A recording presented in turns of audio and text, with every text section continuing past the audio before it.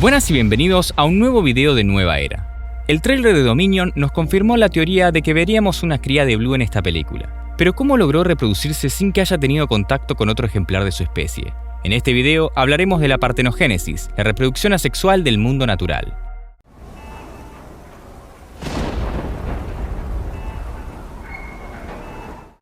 En la novela de 1990 y en su respectiva adaptación cinematográfica del 93, aprendimos que ciertas especies de anfibios como ranas africanas podían cambiar de sexo de ser necesario. Así fue como algunas especies como los velociraptores cambiaron de hembras a macho para poder reproducirse entre sí. Pero a diferencia de esa vez, en Dominion vemos cómo la Velociraptor Blue logra reproducirse siendo la única ejemplar de su especie, por lo que estaríamos hablando de que su reproducción no fue sexual sino asexual. Esta forma de reproducción se conoce como partenogénesis, donde óvulos no fecundados logran generar organismos vivientes. Pero ¿de dónde habían surgido las teorías de que Blue podría reproducirse de esta manera? Todo empezó a fines del 2020 con la primera parte del juego de realidad virtual Jurassic World Aftermath, en el que podíamos escuchar la voz del Dr. Wu contando que Blue era el clon más preciado de InGen, ya que su código genético tenía ADN de varano, el cual le daba la habilidad de partenogénesis. Si quieren saber más de este juego, les dejo acá arriba y en la descripción la lista de reproducción en donde podrán conocer todo lo que aparece en la primera y segunda parte, así como las idas y vueltas en cuanto a su canonización. Vale aclarar que hasta el momento el juego no es parte del canon fílmico. Luego, a principios del 2021, se filtraron unas insignias como parte del merchandising que estaba destinado al estreno original de la sexta entrega, la cual si no hubiera sido por la pandemia, se hubiera estrenado en junio del 2021. Entre ellas, podíamos ver que una decía Encuentro con Velociraptores, en donde se mostraba un dibujo de un Velociraptor con el patrón de Blue y junto a este una cría. Fue ahí donde explotaron las teorías de que veríamos una cría de Blue en esta película. En mayo, con el estreno de la tercera temporada de Campamento Cretácico, vimos al primer dinosaurio que logró reproducirse partenogenéticamente, el híbrido Scorpius Rex. Con los dichos de Colin Trevorrow de que habrían conexiones entre la serie y Dominion, se empezó a linkear esta información con lo que se venía especulando de Blue. Sin ir más lejos, uno de mis primeros videos sobre teorías fue sobre este tema, el cual si lo quieren ver se los dejo acá arriba y abajo en la descripción. Y por último, antes de que esto se confirmara en el tráiler, el director Trevorrow publicó una imagen para las fiestas de fin de año en donde se veía una sombra de un velociraptor y su cría en la nieve. Pero ¿cómo funciona exactamente la partenogénesis? Todavía es un campo desconocido para los científicos. Lo poco que se sabe es que no tiene una sola manera, depende de la especie y de todas formas no siempre es igual. Para empezar, tenemos que saber que siempre ocurre en gametos femeninos u óvulos y no en los masculinos o espermatozoides. Esto se debe a que las células masculinas están reducidas a la función de fecundar, mientras que las femeninas tienen una potencia celular máxima, la cual le da al óvulo la capacidad de desarrollar un organismo en su totalidad. Para hacerlo más claro, cada especie tiene un número específico de cromosomas o paquetes de ADN, los cuales las diferencian entre sí. En una reproducción sexual, el gameto femenino brinda el 50% de esos cromosomas y el masculino el 50% restante. Pero en seres vivos con partenogénesis, algunos gametos femeninos contienen el 100% de los cromosomas que se necesitan. En cambio, los masculinos siempre presentan solo el 50%. Aclarar que se da en algunos óvulos es importante, ya que una especie que se puede reproducir asexualmente no significa que no pueda hacerlo de forma sexual. Incluso siendo una especie con partenogénesis, puede que nunca logre reproducirse de esta manera. Veamos algunos ejemplos concentrándonos en peces, anfibios, reptiles y aves, dejando de lado insectos y organismos más pequeños. En los peces, algunas especies raras pueden alternar la producción sexual con la partenogénesis, por lo general cuando la población escasea de machos. Los científicos del Scientific Report documentaron la partenogénesis de un tiburón cebra, quien previamente había tenido crías con un macho. En cuanto a los reptiles y anfibios, hay varias especies de hembras que se reproducen sin la necesidad de ser fecundadas por machos.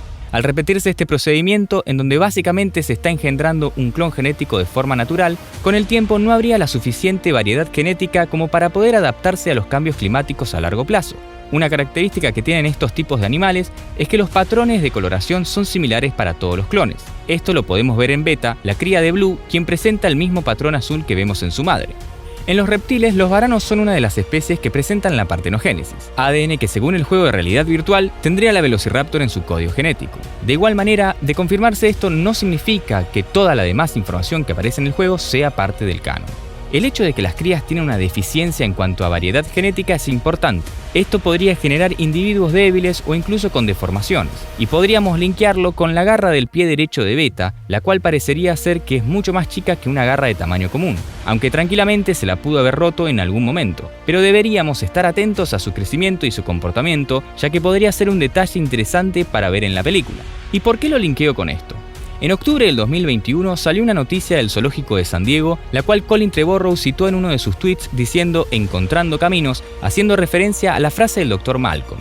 La noticia nos informa que científicos del zoológico realizaron estudios genéticos para determinar el parentesco entre los polluelos de cóndor californiano y sus progenitores, y encontraron que 2 individuos machos, cada uno de diferentes madres, no estaban relacionados genéticamente con ninguno de los machos de los recintos, por lo que no solo demostraría por primera vez casos de partenogénesis en esta especie, sino que también serían los primeros de cualquier especie aviar donde la hembra sí tuvo acceso a machos.